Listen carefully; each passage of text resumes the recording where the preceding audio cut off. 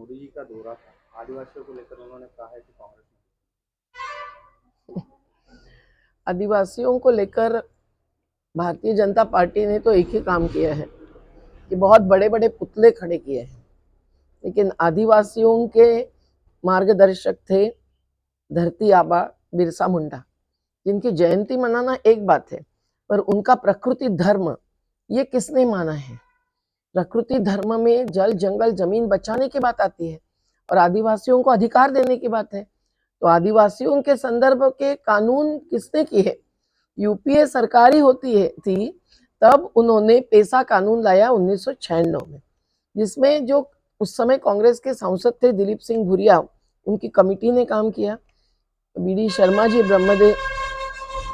ब्रह्मदेव शर्मा जी ने काम किया और दिग्विजय सिंह ने उनको खास बुलाकर पेसा कानून का जो राष्ट्रीय कानून था उसको मध्य प्रदेश के कानून में अमल करने का इंक्लूड करने का काम किया। उसके रूल जरूर बनाए 2022 में, इतने सालों के बाद शिवराज सिंह चौहान सरकार ने, लेकिन उसका पालन कहाँ हो रहा है? अपन उदाहरण ले नर्मदा घाटी के ऊपर के बांधों का। एक एक बांध के क्षेत्र में आदिवासी विरोध कर रहे हैं, जैसे बसानिया बांध हो, राघोपुर हो, और जहां आदिवासी विस्थापित हो रहे हैं, पर शिवराज सिंह चौहान सरकार जरा भी सुनवाई नहीं कर रही है। चुटका परमाणु योजना, जिससे तो नर्मदा का पानी अगर उत्सर्जन से बर्बाद हो जाएगा तो बड़वानी शहर क्या, गांव शहर सब जो पानी पी रहे हैं उन पर फुकुशिमा जैसा अत्याचार हो सकता है।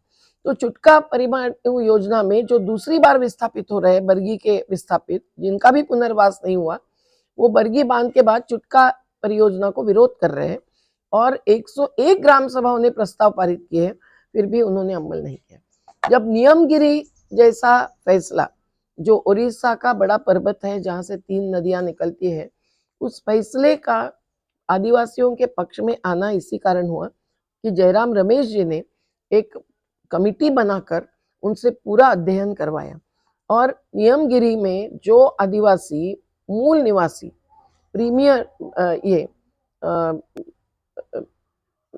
बोलते हैं, खैर डोंगरिया कोंड आदिवासी, इनका विस्थापन हो रहा था, तो उन्होंने अपनी ग्राम सभाओं में निर्णय लेना चाहिए, उस निर्णय के अनुसार ही वेदांत कंपनी वहां कार्य करेगी या नहीं करेगी ये सरकार ने तय करना चाहिए। तो सभी ग्राम सभाओं ने वेदांत को हटा दिया, लेकिन मध्य प्रदेश में ऐसा कहाँ हो रहा है? सरदार सरोवर के विस्थापित आदिवासी गांवों में भी एक एक ने प्रस्ताव पारित करने के बावजूद शिवराज सिंह चौहान सरकार ने कभी भी एक भी ग्राम सभा के प्रस्ताव की दखल नहीं ली, उसका सम्मान नहीं किया, पालन नहीं किया।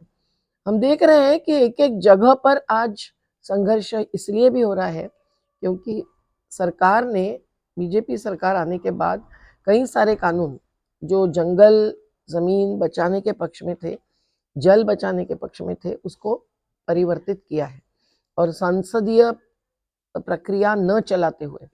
एक उदाहरण है जो इंदिरा गांधी ने लाया, वन सुरक्षा कानून था 1980 का, जिसके लिए अर्थात सुंदरलाल बहुगुणा जी ने इंदिरा जी को समझाया था और उनको लगा कि मुख्यमंत्री भी सब हमारे नहीं सुनेंगे तो मैं ही कानून लाती हूँ, तो उन्होंने राष्ट्रीय कानून लाया। उस कानून को बदलकर अभी ग्राम सभा की मंजूरी के बिना जंगल किसी भी कंपनी को दे सकते हैं, इस प्रकार का संशोधन किया है। दूसरा कानून वन अधिकार कानून, जिसमें मनमोहन सिंह जी ने प्रदीप प्रभु और सामाजिक कार्यकर्ताओं से चर्चा करके ये कहा कि आदिवासियों पर जो ऐतिहासिक अन्याय हुआ है उसको मिटाना चाहिए। इसके लिए उनको व्यक्तिगत वन खेती जो कर रहे हैं उसका भी, और सामूहिक गांव के मतलब हर क्षेत्र का, पत्थर का, पानी का, जंगल का, सबका अधिकार देना चाहिए। लेकिन वो कानून भी अभी बदल कर इन्होंने ऐसा किया है कि जंगल सुरक्षा अभी हो ही नहीं सकती और वन अधिकार कानून का अमल करे बिना ये जंगल दूसरे कंपनियों को दे सकते हैं। अब वन अधिकार कानून 2006 का पालन कहाँ हुआ है? मध्य प्रदेश में किसी भी गांव को सामूहिक वन अधिकार नहीं दे रही है सरकार। हमारे अलीराजपुर क्षेत्र के एक एक गांव जो उसके लिए तरस रहे हैं और उनके गांव के क्षेत्र में अब कोई फॉरेस्ट फिर से कब्जा करने आ रहा है तो सामने जो महाराष्ट्र का तहसील है अकरानी, उसमें तो 178 गांवों को वन अधिकार मिला है। ये कैसे? बड़वानी तहसील के 7 वन गांव जो है नर्मदा किनारे के और बाकी भी है, उनको ये अभी राजस्व गांव में क्यों परिवर्तित कर रहे हैं? खबर यही है कि उनकी जमीन पर कंपनियों का ध्यान है, कोई सोलार प्रोजेक्ट करेंगे या पर्यटन का प्रोजेक्ट करेंगे, यही पूरी खबर है। तो आदिवासियों को एक एक जगह पर संघर्ष करना पड़ा है। मध्य प्रदेश के आदिवासियों को भी महाराष्ट्र के आदिवासियों की जैसी सुनवाई नहीं मिलती है। कितने पुराने प्रकरण डूब क्षेत्र के विस्थापित आदिवासियों के पुनर्वास के आज भी प्रलंबित है, तो उनको प्राथमिकता नहीं मिलती है। और इसीलिए जैसे उड़ीसा में चल रहा है, वैसे ही मध्य प्रदेश में एक एक जगह, जबलपुर, मंडला, सिवनी में बक्सवाहा फॉरेस्ट उजाड़ रहे हैं, इसलिए छतरपुर में सब जगह संघर्ष चल रहा है आदिवासियों का। बुरहानपुर में चल रहा है और वो सामाजिक कार्यकर्ताओं पर ही झूठे अपराध दाखिल करते हैं। जैसे छत्तीसगढ़ में जहां सुधा भारद्वाज शंकर गुहा नियोगी की साथी लड़ रही थी, जहां महाराष्ट्र के चंद्रपुर गढ़चिरौली जिले में महेश नाम के एक कार्यकर्ता थे, उन सबको जेल में डालकर झूठे आरोप लगाए हैं। तो इनको प्रकृति की क्या कीमत लगती है, ये सवाल है। जो बिरसा मुंडा की जयंती मनाते हैं, उन्होंने 9 अगस्त का जो विश्व आदिवासी दिवस है, उसको भी एक प्रकार से खारिज करने के लिए बिरसा मुंडा की जयंती का 15 नवंबर का दिन जनजाति गौरव दिन जाहिर किया। ये कैसे कर सकते हैं? पूरे आदिवासियों ने जो संयुक्त राष्ट्र संघ तक पहुंचाकर चर्चा कर चुके हैं, उन्होंने विश्व शांति दिवस, विश्व आदिवासी दिवस मंजूर किया।